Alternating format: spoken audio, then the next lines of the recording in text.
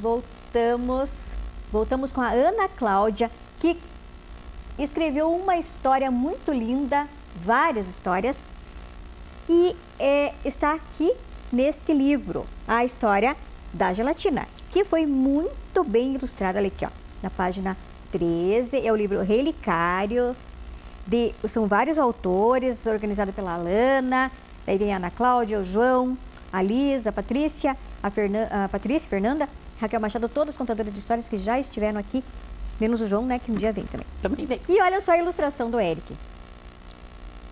A cara da Ana comendo aqui a gelatina. Quer dizer, querendo comer, né? Querendo comer. Você não sabe se Nossa, comeu ou não. porque ele conseguiu captar bem a vontade que eu tinha, né? De comer essa gelatina. Conseguiu. Muito bom. Essa é muito legal. Aí, ficou muito linda. Ficou. Então, Ana, contação de histórias para você. É contar histórias dessa riqueza do povo.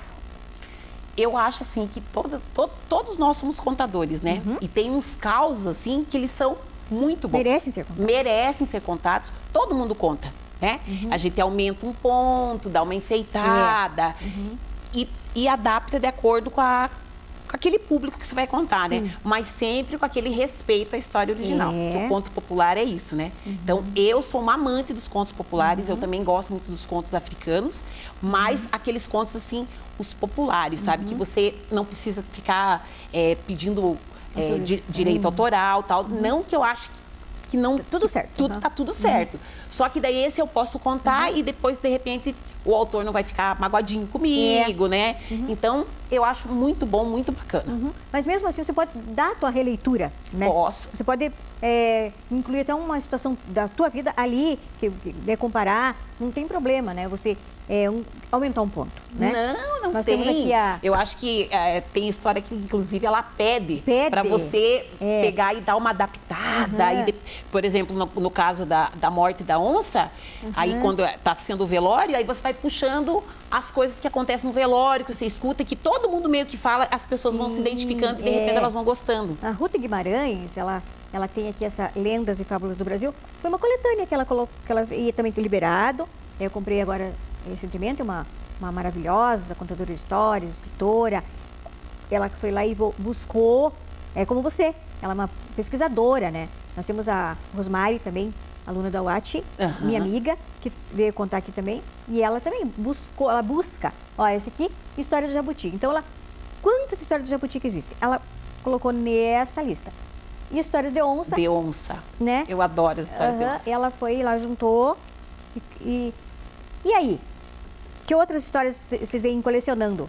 Então, desse livro aqui também, eu conto histórias que são causos de Ponta Grossa, desse né? Então, esse até eu já contei, que é o do Silvestre, desse daqui, né? Que é uma coletânea, que é organizada pelo Alfredo, né?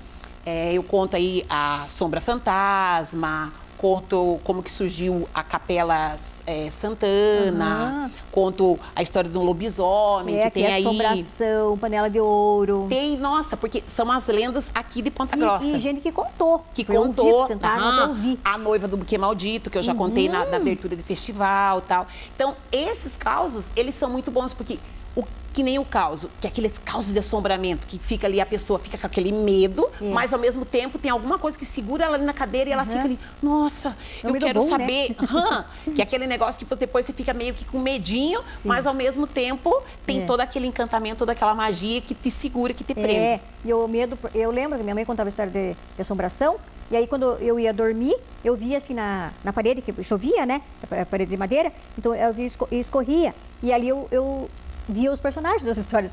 Então isso é inesquecível. Eu gosto de história eu conto, tem poucas de terror, tenho que aumentar meu repertório de terror. Mas história de assombração, né? Eu gosto. Esse livro aqui também, que é Causos de Lendas do Paraná, que o Silvestre Alves também ouviu, recontou. Então nós temos um repertório muito bom de histórias, muito rico, muito rico. E principalmente de ouvir o povo. Ouvir é uma delícia, você escuta, daí tem umas coisas que você fica assim... Mas até aqui tá, mas aqui já tá meio fantasioso demais. Mas é essa riqueza do povo que te fascina, que vai sabe? inventando, né? E daí tem as fábulas também, né? Que eu acho elas incríveis, porque elas vão dando características do ser humano pro bicho. E o bicho meio que vai o autor vai colocando ali o bicho meio folgado e tal, mas vai pondo todas as características que a gente tem. Do ser humano. Do ser humano e fica muito legal. Fica ótimo. Nossa, então tem história. Eu já fiz uma roda de leitura de contação de histórias no CRAS, né? Então a gente via que a pessoa vai contando e daí vai se animando com a plateia.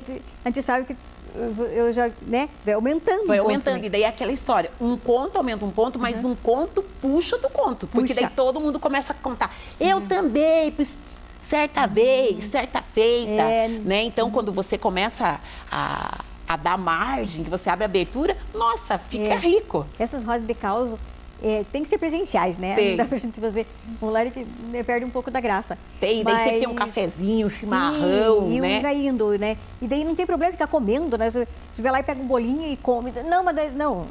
Justifica. Né? E aí vai contando. Nós fizemos uma roda, um senhor contou que ele levar a avó dele, que era parteira. Então, essa daí virou, assim, todo mundo ficou falando de nenês que nasciam lá na zona rural, né? Que é mais difícil. Então, e isso é muito rico, porque daí todo mundo vem, conta alguma história, aí você vê, ali você percebe que todos nós somos contadores, né? Todos nós. Só que daí tem pessoas que gostam de contar uma coisa assim mais a miúde, mais íntima, mais reservada. E eu gosto muito de dar um cunho, ou de assombramento, que é uma coisa assim, que em mim ainda eu tenho que trabalhar bastante, mas eu gosto muito da questão da pitada do humor, né? Então sempre fica dá aquele suspensezinho e depois ainda termina a pessoa ali, o caos ou o bicho ali que está em questão, sempre ele acaba levando uma da vida, que ele quer dar uma desperta e leva. Ou da esperteza que você contou agora. Da esperteza. E aí você lembra, aí você conta, eu já lembrei de outras pessoas de outros contos, de outras pessoas que querem dar uma desperta e às vezes não deu certo, não dá certo. Lá você dá aula, né, na professora, uma contadora de história maravilhosa, atriz, né, e minha amiga há muitos anos, né? E aí temos muitas histórias para contar também. Histórias que contamos juntas, né? Histórias que também não dão muito certo, né? Mas, enfim, mas tudo vira história. Sim, E graças a Deus a gente está aí e deixando cada vez mais rico isso daí, né? E levando histórias, né? Que é o mais importante.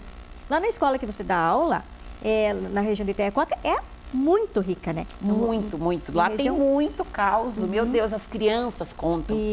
Eles vêm contando histórias. Daí tem hora que você fica assim, sabe? Porque daí às vezes para justificar uma coisa que eles não fizeram, eles vêm contando um caos assim enorme. Daí às vezes eu me pego e falo assim, mas conte mais.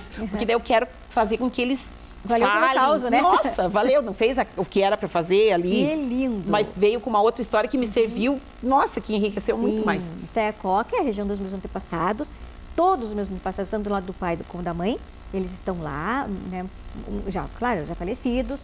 E minha mãe e meu pai faleceram, mas eu carrego toda aquela história deles no meu DNA, né? Então eu sou descendente de itaicocanos. Mas e eu sou muito feliz por isso, por ter essa honra de ser uma descendente lá, né? E poder trazer agora as histórias, e ainda quero muito ampliar meu repertório com histórias lá dessas regiões aí, desses lugares, né? Da zona rural. E agora um abraço para os teus alunos de lá e quem mais você vai mandar? Então, eu quero mandar um abraço lá para a turma do 5º ano, que esse ano foi um ano atípico, um ano diferente, mas a gente fez o que a gente pôde, o que 2020 nos permitiu, a gente está fazendo, né? Um abraço lá para a turma do 5º ano lá do Itaiococa, lá do Biscaia, da região lá, né?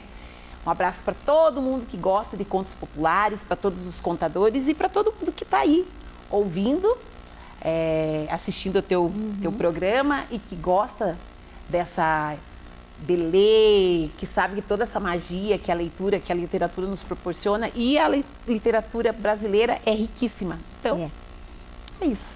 E para os meus também ascendentes, lá da região de Mato Queimado, aproveito para mandar um abraço, né?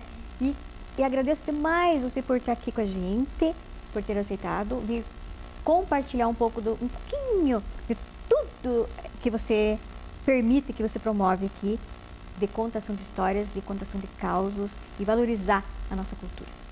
Muito obrigada, Ana. Eu que agradeço. Semana que vem a gente volta com mais uma convidada ou um convidado para contar suas histórias e tornar esse programa cada vez mais bonito e mais importante para a gente. Tchau, tchau, Ana. Até a próxima. Tchau.